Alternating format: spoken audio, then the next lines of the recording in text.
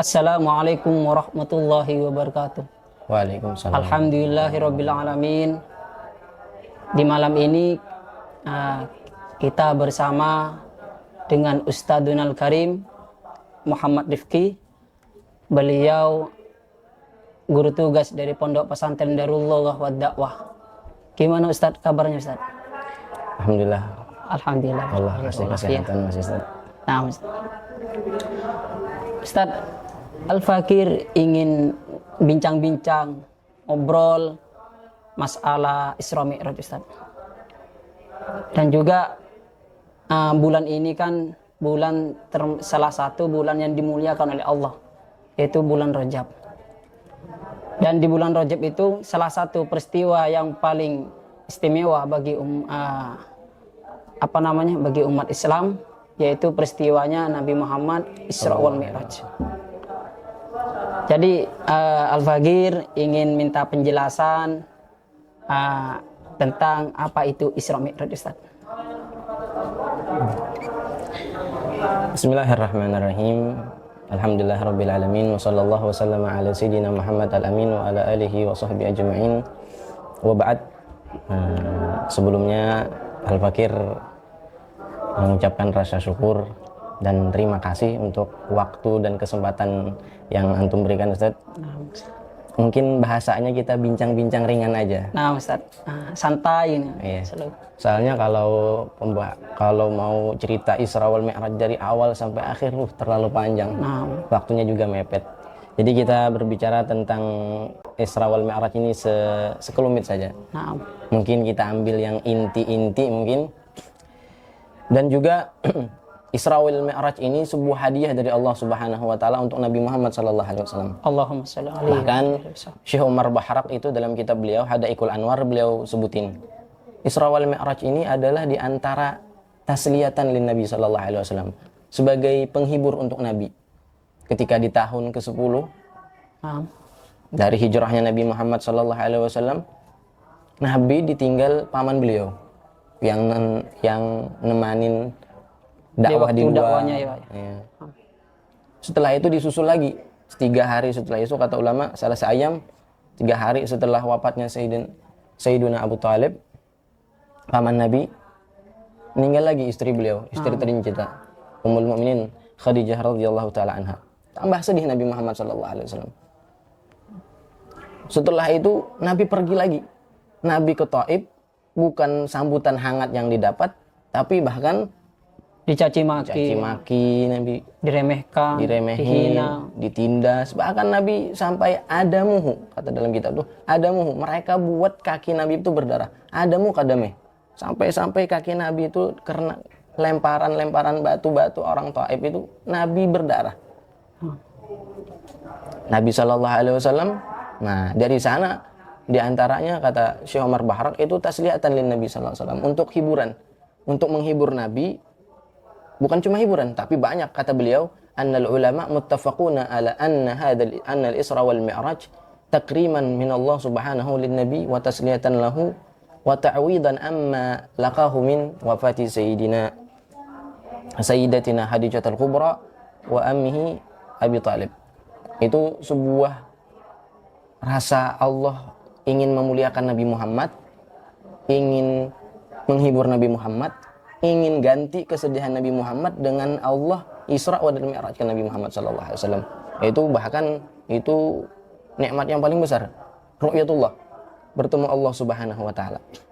Mungkin kita tarik mundur lagi untuk, karena ada kaitannya. Sebelum kita masuk ke Isra wal Mi'raj, mungkin kita tarik undur dulu.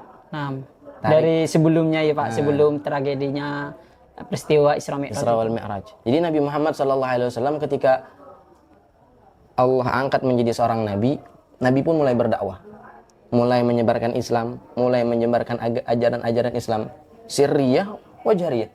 Dimulai dengan sirriyah, dengan umpet-umpetan gitu, ya kan, diam-diaman, perjuangan Nabi Muhammad SAW sampai jaharatan, sampai terang-terangan, sampai di tahun ke-10. Tapi Syekh Mutawalli Sya'rawi beliau bilang dalam kitab beliau Al-Isra wal Mi'raj, Allah Subhanahu wa taala udah bikin skenario udah bikin rencana untuk Nabi Muhammad SAW gimana Nabi entarnya nyampein dakwah.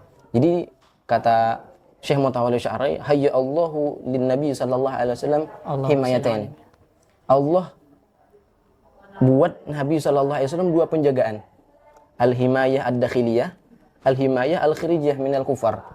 Penjagaan di rumah, penjagaan dari luar ketika Nabi dakwah. Penjagaan di rumah itu Sayyidah Khadijah, penjagaan di luar itu paman beliau, Abu Thalib. Ketika Nabi dakwah, karena paman beliau punya nama di orang-orang Quraisy, punya nama di orang-orang kafir. Jadi Nabi SAW ketika dakwah itu tidak terlalu sulit, tidak terlalu dimusuhin orang-orang kafir.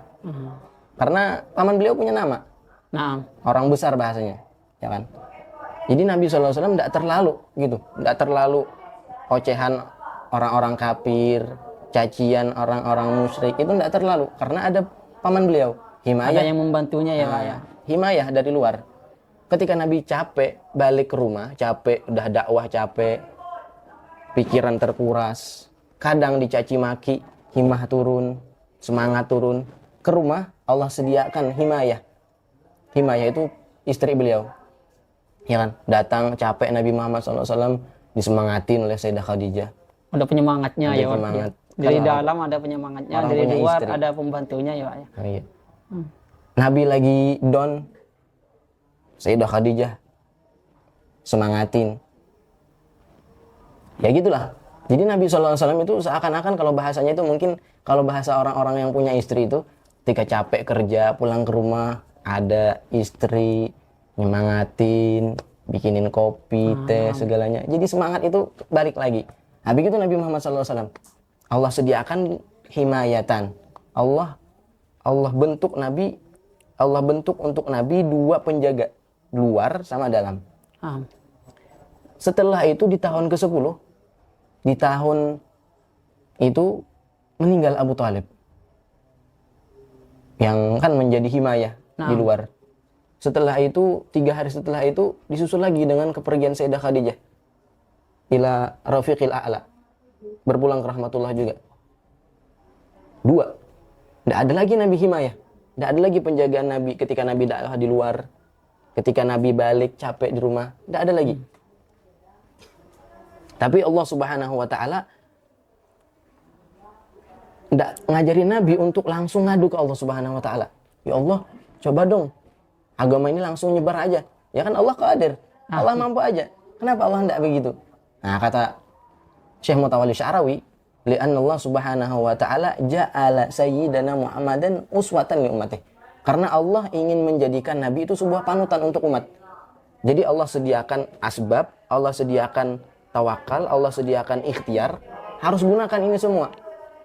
Ya kan? Kalau kita pengen sampai ke tujuan, itu gunakan wasilahnya. Atau bisa dibahasakan dengan usaha ya Pak. Usaha dulu. Kasbun baru ikhtiar, tawakal. Baru. Allah ngajarin Nabi karena Nabi seorang uswah, seorang panutan. Kalau enggak ntar umat semua lagi dikit sakit langsung tawakal. Langsung enggak berobat, langsung minta. Enggak, Nabi SAW begitu. Nah, ketika Nabi paham, Nabi tahu Allah maunya gini, Nabi pun mulai. Padahal Nabi udah down, udah enggak semangat. Paman beliau enggak ada lagi, Sayyidah Khadijah enggak ada lagi. Nabi ketika itu mikir, Nabi mulai menyusun rencana untuk mulai lagi menyebarkan Islam, mulai lagi mengajar ajaran-ajaran Islam. Nabi pun optimis, Nabi pun punya semangat yang kuat. Insyaallah. Mau lagi, terusin lagi dakwah. Mulai ke Taif. Dengan mental yang kuat, dengan optimis, ini akan berhasil, ntar ada lagi himayah yang akan didapat, ada lagi perlindungan, akan ada yang nolong. Ternyata sampai di Taif, bukan sambutan yang hangat didapatkan Nabi, tapi lemparan-lemparan batu, cacian, makian, tindasan, sampai-sampai adamu hukadameh. Sampai-sampai orang Taif itu bikin kaki Nabi berdarah. Ya Allah. Sampai-sampai. Jadi Nabi SAW ketika itu ada di sana kebun korma. Balik Nabi ke pohon korma, salat 2 rakaat. Habis itu langsung Nabi angkat doa tangan. Seakan-akan itu udah enggak bisa lagi. Nggak ada pilihan lagi ya, Pak? Udah selesai. Ikhtiar Nabi udah selesai, tawakal Nabi udah selesai. Kayak orang mutar, orang lagi dalam darurat. Udah enggak bisa lagi. Kalau ibarat bahasa fikih itu kalau darurat ada bangkai asalnya hukumnya haram, mau enggak mau harus dimakan. Boleh dikonsumsi ya. Iya, Nabi udah enggak bisa lagi. Jalan darat enggak bisa. Maka Nabi jalan langit, doa kepada Allah Taala. Doa Nabi, Allahumma ilaika ashku du'fa quwwati. Ya Allah, kepadamu aku adukan lemahnya kekuatanku dalam berdakwah. Wa qillati hilati wa hawani 'alan nasi ya arhamar rahimin. Lemahnya upaya dan dayaku terhadap orang-orang, terhadap manusia ya Allah. Anta rabbul mustad'afin. Engkau Tuhan orang-orang yang lemah. Nabi udah enggak bisa lagi doa. Jalur langit enggak diterima. Jalur langit Nabi Muhammad SAW. Nah dari sini kata Syekh Omar Bahrak juga, kata Syekh Mutawalli Sya'rawi, kata Syekh Mutawalli, wa kana hadatsul Isra wal Mi'raj ba'da doa. Doa barusan itu ya? Doa barusan Nabi SAW. Nabi udah di puncak ikhtiar, di puncak tawakal, tidak ada lagi jalan langit Nabi Muhammad SAW. Jadi dari sana. Jadi Nabi Muhammad SAW, jadi Isra wal Mi'raj sebagaimana Syekh Mutawalli Sya'rawi sampaikan, terjadinya peristiwa Isra itu setelah Nabi berdoa dan setelah Nabi mendapat perlakuan orang-orang Taif itu, dan juga diantaranya Nabi udah jalan darat tidak bisa lagi, jalan atas. Maka dari sinilah bersambung ceritanya sampai Nabi di Isra Mi'rajkan Allah Subhanahu wa taala. Allah Subhanahu wa taala dalam awal surah Al-Isra, Subhanalladzi a'udzubillahi minasyaitonir rajim.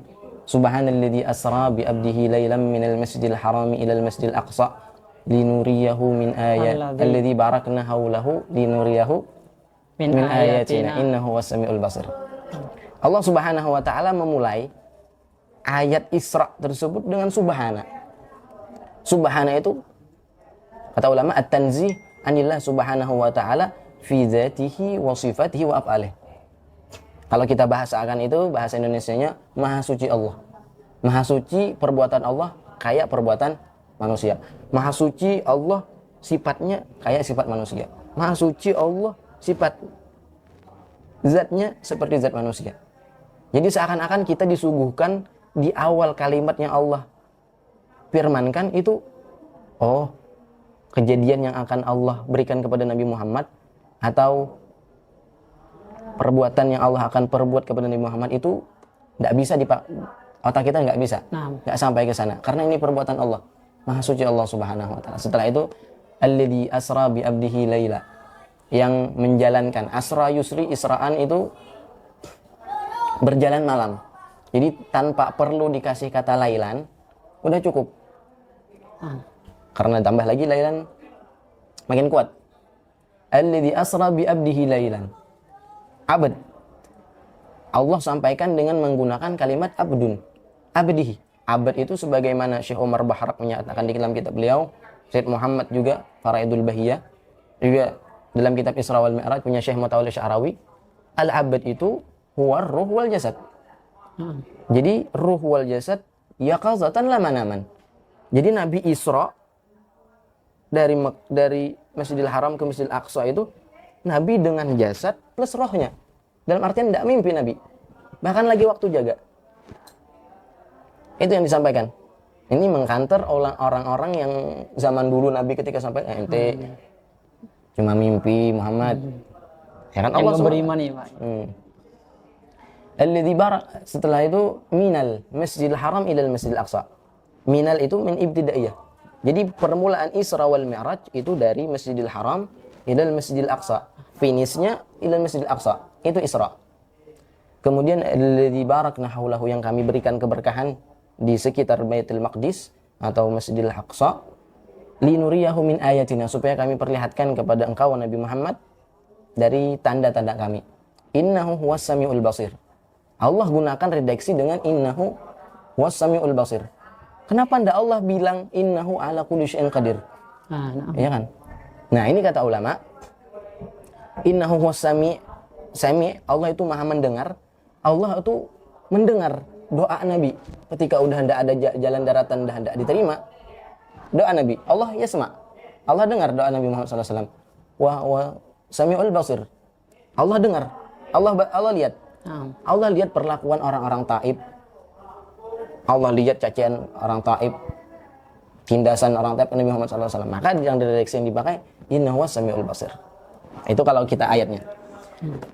Balik lagi, Isra wal Mi'raj itu kalau bahasa gampangnya sebagaimana Syekh Mutawalli Sya'rawi juga bilang, Al-Isra itu adalah rihlah al-ardiyah, wal Mi'raj ar-rihlah as-samawiyah. Isra itu perjalanan daratan, Mi'raj itu perjalanan langit. Jadi ada dua perjalanan ketika malam 20 Rajab Nabi Muhammad SAW yang dimulai dari Isra. Isra itu ketika Nabi Muhammad SAW sedang berada di masjid, datang Jibril bawa apa namanya? Buraq, ya kan? Bawa buraq Nabi Muhammad SAW.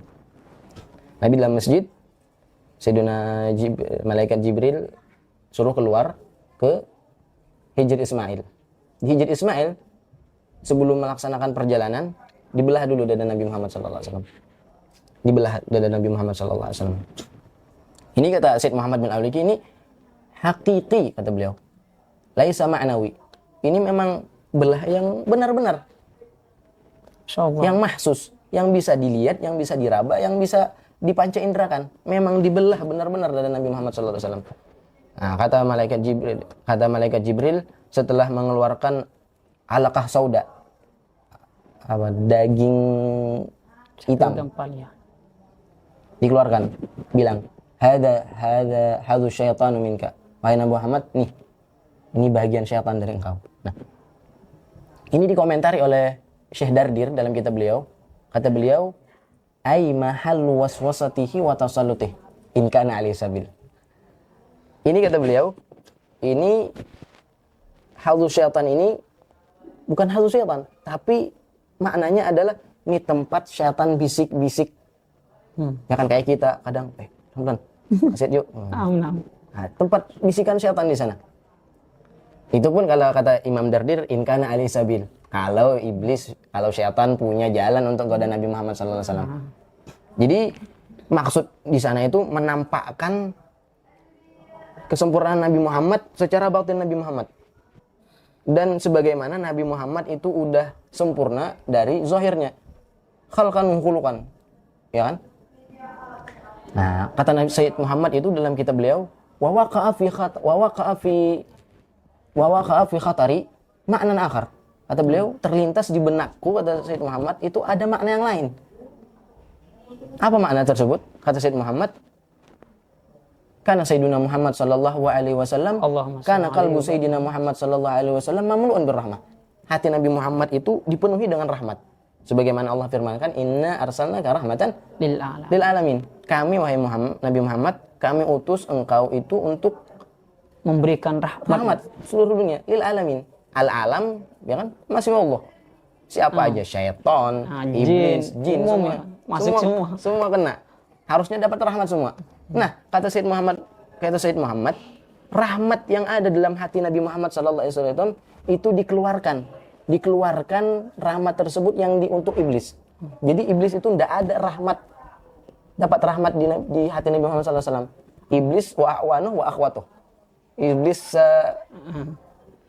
sebapak semuanya pengikut iblis. Jadi tidak dapat rahmat Nabi Muhammad SAW. Seharusnya rahmat itu dapat, semua orang kena, iblis tidak kena. Ada makna min Syed Muhammad bin Ali al-Maliki. Ajib. Setelah itu selesai pembelahan dada Nabi Muhammad sallallahu alaihi wasallam.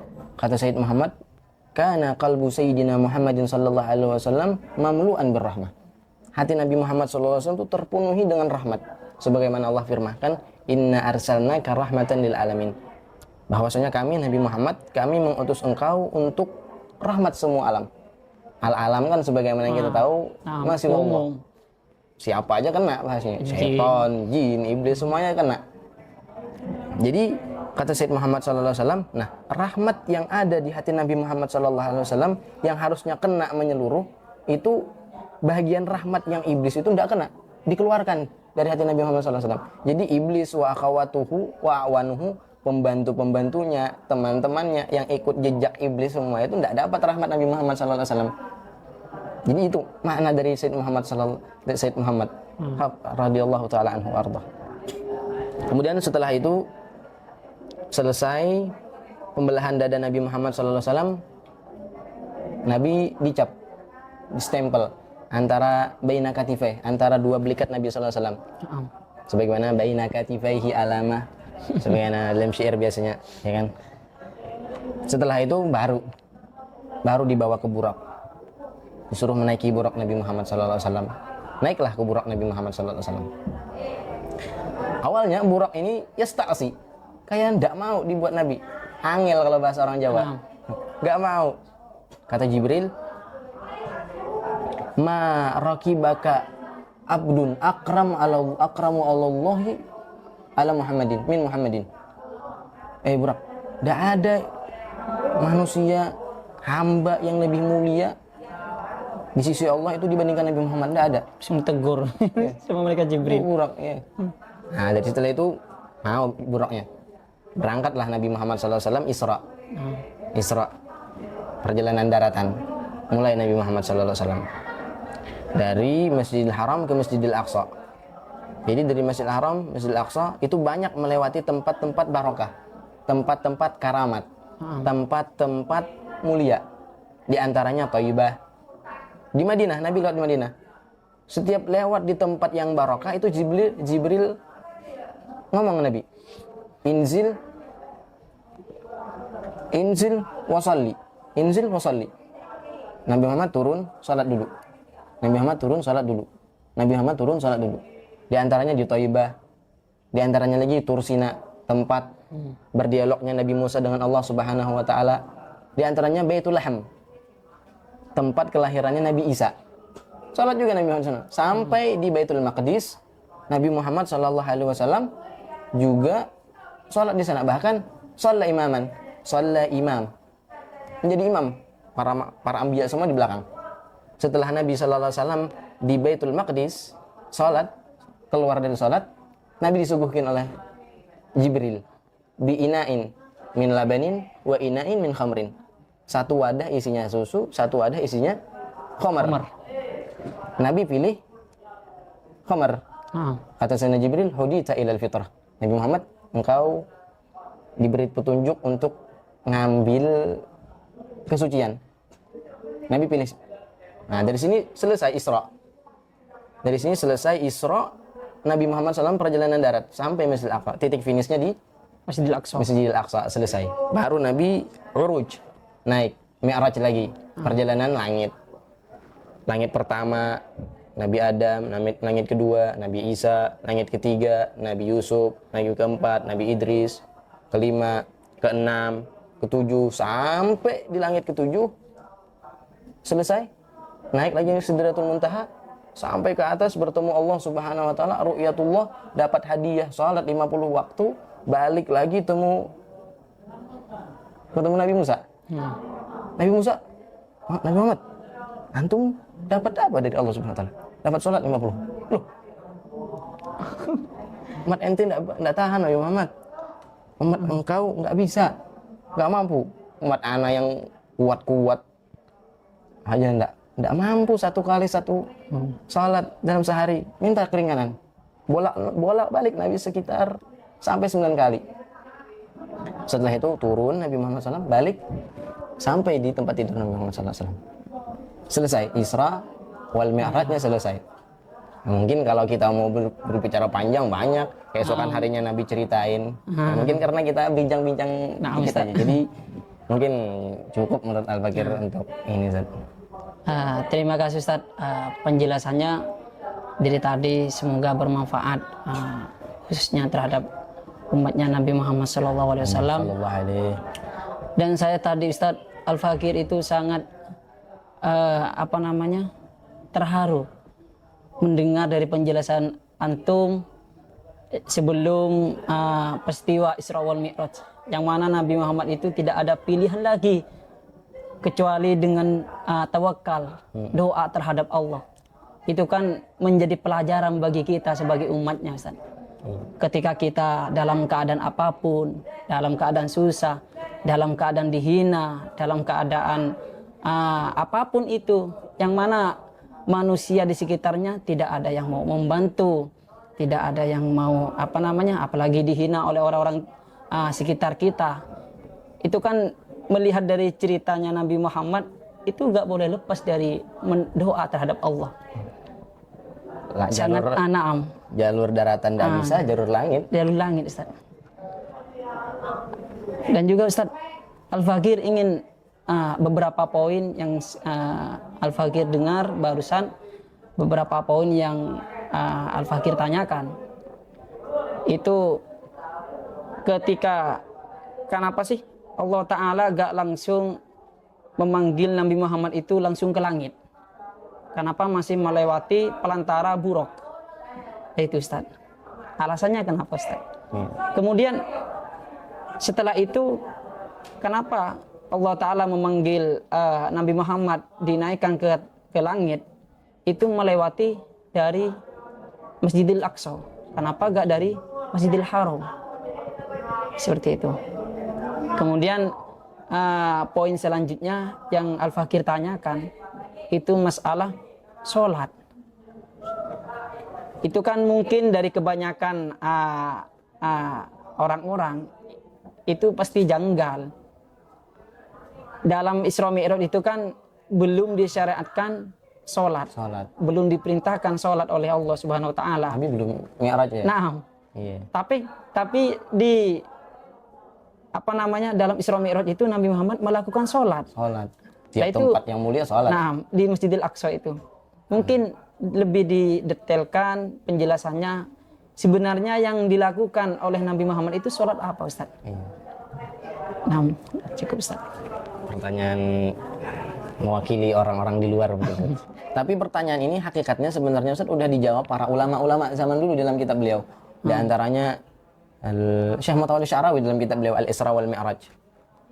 Bahkan juga dalam kitab Hadaikul Anwar punya Syekh Umar Bahraq Al-Hadrami Asy-Syafi'i juga beliau sebutin.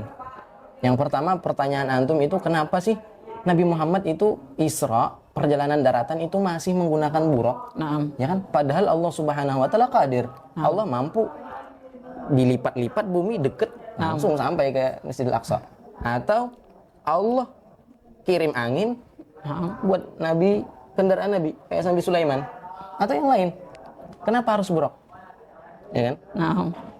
Itu juga sebagaimana dijelaskan para ulama, baik Said Muhammad, baik ulama-ulama yang lain, itu karena yang pertama Allah Subhanahu wa taala itu kenapa milih buraq? Jadi Allah Subhanahu pilih buraq, bahkan buraq ini langsung dari surga. Diambil dari surga untuk Nabi Muhammad SAW, dibawa Jibril ke Nabi Muhammad SAW. Itu Allah ingin memberlakukan hukum dunia juga. Kata ulama itu biasanya para raja itu kalau mau jemput tamu mulia, itu disiapin kendaraan yang mewah, kendaraan yang megah, VIP lah bahasanya. Dikirim sama ajudan-ajudan dibawa motor, mobil tersebut. Kalau bahasa sekarang, kalau kita mau jemput kiai itu minimal lah hormat kita, cara kita itu mobil yang mewah, Alphard, dikawal polisi, ya kan? Ini buraq dari surga, dikawal Jibril sampai Nabi Muhammad SAW. Begitu juga Allah ingin memberlakukan itu. Dan karena Allah ingin menampakkan karamah kata Nabi, mukjizat kepada Nabi yang menyalahi adat manusia. Nabi SAW buraq itu di mana pandangannya berakhir di sana. Akhirnya satu kali loncat di mana paling akhir di sana. Insyaallah. Nah, bahkan kenapa yang dipilih buraq? Itu juga karena Nabi itu dengan buraq itu Nabi banyak lihat peristiwa-peristiwa dalam Isra. Seperti kayak Nabi lihat kaum satu hari nanam, besok udah panen. Itu apa Jibril? Apa dibalik semua Ada juga lihat orang motong lidahnya dengan gunting neraka. Setiap dipotong kembali lagi. Ada juga tangannya, kukunya panjang-panjang, kuku besi. Dia garukin ke wajah. Itu dilihat Nabi Muhammad SAW. Makanya pakai burak Nabi Muhammad SAW. Mungkin Naam, itu kan jadi bagi kita itu menjadi pelajaran, menjadi Pak. pelajaran bagi Hikmah kita. di balik itu bagaimana kita itu memuliakan para ulama, memuliakan caranya, memuliakan para habaib, seperti itu. Bahkan Allah udah ngajarin. Memberikan contoh terhadap Nabi Muhammad. Itu juga ya minimal gitulah. Naam. Orang ulama, Allah aja. Allah ngajarin kita untuk bagaimana cara kita muliain. Kemudian pertanyaan yang kedua, Yaitu kenapa naiknya Nabi Muhammad ke langit Iya. itu dari Masjidil Aqsa. Ya kan? Padahal langit sama, ya kan? Kita naik dari injelan ke atas sampai juga ke langit. Kita dari Di Masjidil Haram Masjidil langsung Haram sampai juga. Nah, tapi kata ulama, sebagaimana yang dijawab oleh Syekh Umar Bahrak Al-Hadrami Syafi'i dalam kitab beliau itu, jadi di langit itu namanya ada mas'ad al-malaikah. Sulam, tangga. Tangga malaikat untuk turun ke bumi, untuk naik ke langit. Dia ada tangganya. Jadi di atas itu ada pintu langit. Berarti ada jalan khusus ya? Ada jalan khusus. Makanya kata beliau, Al-Baitul Maqdis mas'adul malaikah alladhi yuqabil Baitul Maqdis. Itu memintangi Baitul Maqdis. Ini pintu langit atau mas'adnya malaikat. Tangganya malaikat di sini Baitul Maqdis. Maka yang dipilih tempat adalah Baitul Maqdis. Sebagaimana Baitul Ma'mur itu memintangi Ka'bah. Kita kalau mau tawaf itu di Ka'bah. Malaikat itu kalau mau tawaf Baitul Ma'mur. Itu sama-sama. Jadi yang dipilih Allah Subhanahu wa taala Baitul Maqdis tempatnya. Bahkan juga Syed Muhammad bin Al-Maliki dalam kitab beliau, wa kana al-mi'raj itu bighairi buraqin. Mi'raj itu enggak pakai burak karena ada tangganya di sana. Jadi untuk mi'rajnya yang lebih mu'tamad itu mi'raj itu ketika perjalanan langit itu enggak pakai burak lagi. Kemudian yang ketiga tadi. Yang ketiga itu masalah sholat ya kan. Kenapa sholat Nabi? Padahal belum nerima syariat sholat, belum sampai ke langit. Sholat aja di langit baru Allah kasih hadiah. Kok Nabi udah sholat aja? Nah itu sebagaimana dijelaskan Syekh Mutawalli Sya'rawi juga dalam kitab beliau. Sholat yang Nabi sholat tersebut itu bukan sholat yang diterima Nabi dari Allah Subhanahu wa taala. Isya, maghrib, subuh, bukan itu. Tapi sholat sebagaimana sholat di syariat Nabi-Nabi zaman dulu. Ya kan? Ada sholat 2 rakaat subuh, ada 2 rakaat di awalan nahar, di awal siang hari, atau di sore 2 rakaat. Bahkan yang diriwayatkan Sayyidina Anas itu Nabi SAW itu sholat 2 rakaat. Jelas. Nabi 2 rakaat aja. Sebagaimana hadis-hadis itu banyak. Ini Nabi sholat 2 rakaat. Tapi bukan sholat yang diterima Nabi ketika Nabi Mi'raj bertemu Allah Subhanahu wa taala, dapat hadiah dari Allah Subhanahu wa taala. Ya, mungkin itu Ustaz. Mungkin yang terakhir itu mungkin untuk gambaran pendekatan. Isra Mi'raj ini kan kalau kita pikirin dengan otak itu enggak nyampe. Ustaz. Kata orang-orang Quraisy itu, kami itu kalau mau sampai dari Masjidil Haram ke Masjidil Aqsa itu kami butuh 1 bulan perjalanan untuk menempuh pakai onta. Tak mungkin 1 malam. Bahkan dalam riwayat yang lain, tempat tidur Nabi itu masih panas ketika Nabi balik dari Isra wal Mi'raj. Saking sebentarnya. Masa gitu kan? Nggak tergambar. Makanya Allah Subhanahu wa taala kan subhana. Allah tadi udah bilang. Ini akal kita ini nggak nyampe. Akal itu kalsirah, nggak bisa. Jadi mungkin kalau gambaran dekat gitu. Pergambaran dekat, ilustrasi itu mungkin kalau bahasanya itu semut-semut itu lagi kumpul di Injelan misalkan. Semut lagi kumpul di masjid Injelan. Kelompok semut lagi ngumpul-ngumpul gitu. Ngobrol-ngobrol santai semut-semut. Ternyata di sini ada santri. Santri di dekat semut ini besok beberapa waktu mau berangkat ke Jakarta misalkan. Atau yang dekat aja Surabaya misalkan. Mau berangkat ke Surabaya. Semut itu nyempil di kantong. Santri ini berangkat. berangkat ke Surabaya, balik langsung balik, berangkat hajatnya selesai balik. Sebelum subuh udah ada di pondok, berangkat habis isya, sebelum subuh udah ada di pondok. Semut yang berangkat tadi langsung cerita, anak tadi berangkat ke Surabaya. Ya gak percaya. Goblok ente gak akan percaya semut, ya kan? Karena pikirannya nggak mungkin dari masjid ke Jeding aja butuh berapa waktu hari? Lama semut jalan, apalagi ke Surabaya, nggak akan percaya, nggak nyampe akalnya. Begitu juga kita, kalau kita pikiran dengan akal nggak, karena kita punya iman, kita imani. Bahkan kalau kita nggak ngimani, kafir kita kan, nggak mempercayai Al-Quran, karena ini nas dari Al-Quran. Mengingkari nas dari Al-Quran sama aja nggak percaya Al-Quran. Nggak percaya Al-Quran hukumnya kafir. Mungkin nah Ustaz, syukron katsiron.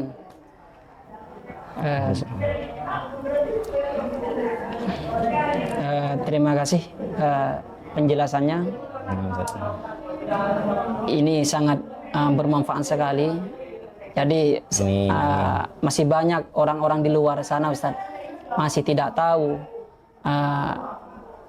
apa namanya, kebanyakan itu taunya ya Isra Mi'raj, perjalanannya dari Masjidil Haram ke Masjidil Aqsa.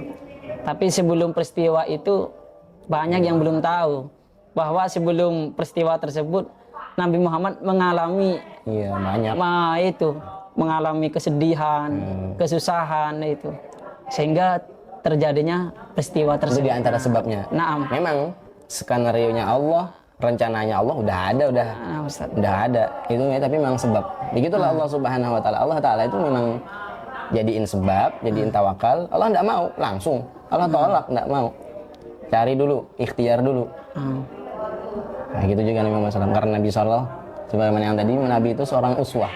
Allah mau jadiin Nabi sebagai panutan, suri tauladan buat umat-umatnya.